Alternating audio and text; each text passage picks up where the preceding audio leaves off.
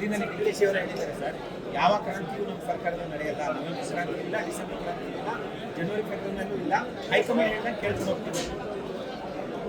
D K Shivakumar ಮಂತ್ರಿಮಂಡಲದಲ್ಲಿ ಕ್ರಾಂತಿಯೋ ಭ್ರಾಂತಿಯೋ ನನಗೆ ಗೊತ್ತಿಲ್ಲ. ನಾವಿವತ್ತು ವಿಪಕ್ಷವಾಗಿ ಏನೊಂದು ಚುನಾಯಿತ ಸರ್ಕಾರ, ರಾಜ್ಯ ಸರ್ಕಾರ ಆಡಳಿತದಲ್ಲಿ ಸಂಪೂರ್ಣವಾಗಿ ಕುಸಿದಿವತ್ತು ಬಡವರ ರೈತರ ಬಗ್ಗೆ ಕಾಳಜಿಯನ್ನು ಮಾಡದೇ ಇರ್ತಕ್ಕಂಥ ಸಂದರ್ಭದಲ್ಲಿ ನೀವು ಮುಖ್ಯಮಂತ್ರಿ ಕುರ್ಚಿ ಮುಖ್ಯಮಂತ್ರಿನ ಬೀಳಿಸ್ತಿರೋ ಮತ್ತೊಬ್ಬರು ಆಗ್ತಿರೋ ಅದು ನಮ್ಗೆ ಅವಶ್ಯಕತೆ ಇಲ್ಲ. ಇವತ್ತು ಕಬ್ಬು ಬೆಳೆಗಾರರ ವಿಚಾರ ಏನಿದೆ ಇದನ್ನು ಆದ್ಯತೆ ಮೇರೆಗೆ ಇವತ್ತು ನಾಳೆನೇ ಪರಿಹಾರ ಕಂಡುಕೊಳ್ತಕ್ಕಂಥ ಕೆಲಸ ಮಾಡಬೇಕು. ಮೊನ್ನೆ ಡಿ ಕೆ ಶಿವಕುಮಾರ್ ಅವರಾಗಲಿ ಸಿದ್ದರಾಮಯ್ಯ ಆಗಲಿ ಬಿಹಾರ ಚುನಾವಣೆ ನಮ್ಮ ನಾಯಕರು ನೋಡ್ಕೊಳ್ತಾರೆ.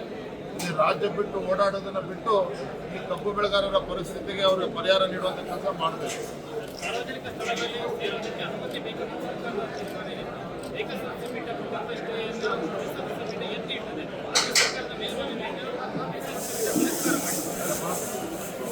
ಸಾರ್ವಜನಿಕ ಸ್ಥಳಗಳಲ್ಲಿ ಅನುಮತಿ ಪಡೆಬೇಕಂತ ಸರ್ಕಾರದ ನಿರ್ಧಾರಕ್ಕೆ ಏಕಸದಸ್ಯ ತಡೆಯಾಜ್ಞೆಗೆ ಡೀಸೆಲ್ ಸಿಬಿಟಿ ಎತ್ತಿ ಇಟ್ಟಿದೆ. ರಾಜ್ಯ ಸರ್ಕಾರ ಮೇಲ್ಮನವಿ ತಿರಸ್ಕಾರ ಮಾಡಿದೆ.